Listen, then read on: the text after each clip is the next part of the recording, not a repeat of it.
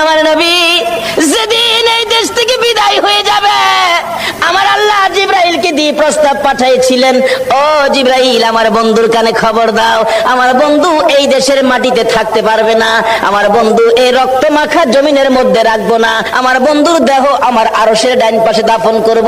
জিবরাইল খবর নিয়ে ডাকতেছেন, হুজুর আল্লাহর সালাম গ্রহণ করুন। আমি জিবরাইলের সালাম গ্রহণ করুন। আল্লাহর নবী গো, আপনার দেহ মুবারক আল্লাহর আরশের ডাইন পাশে দাফন হবে, আপনি খুশির সহিত কবুল করুন। আমার নবী কোনো কথা কয় না, দুইটা চোখের পানি ঝরঝর করে ছাড়তেছে। জিবরাইল বলেন, ইয়া রাসূলুল্লাহ, এত সুন্দর প্রস্তাব নিয়ে আসলাম, কোনো কথা কন না, খালি কাঁদেন কেন জানতে চায়। আমার নবী বলেন, জিবরাইল রে, তোমার জন্য খুশির খবর হতে পারে, আমি খুশি হতে পারলাম না। কেন পারলেন না?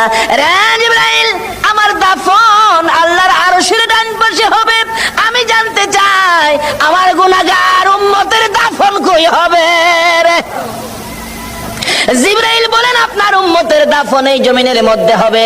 আমার নবীর কান্না আরো বেড়ে গেছে। জিবরাইল, না না, সইতে পারি না, আমি আর সে থাকবো আর আমার উম্মতেরা এই জমিনে থাকবে। আমার মন মানে না, প্রস্তাব আমি রাখবো না। আমার পক্ষ থেকে একটা প্রস্তাব আমার প্রভুর দরবারে তুলে ধরো। জিবরাইল রে, আমার গুনাহগার এতিম উম্মতেরা যেই জমিনে থাকবে, আমি নবী আর সে যাব না রে, আমি আমার গুনাহগার উম্মতের পাশে সেই জমিনের মধ্যে শুয়ে থাকবো। আরে দয়ালো নবী, প্রেমের ছবি আর আসবে না জগতে, আমার দয়ালো নবী, প্রেমের ছবি আর আসবে না।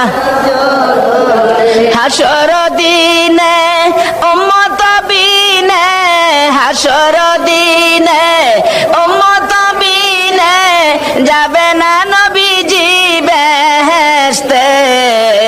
দয়ালো নবী, প্রেমের ছবি আর আসবে না জগতে, আমার দয়ালো নবী, প্রেমের ছবি।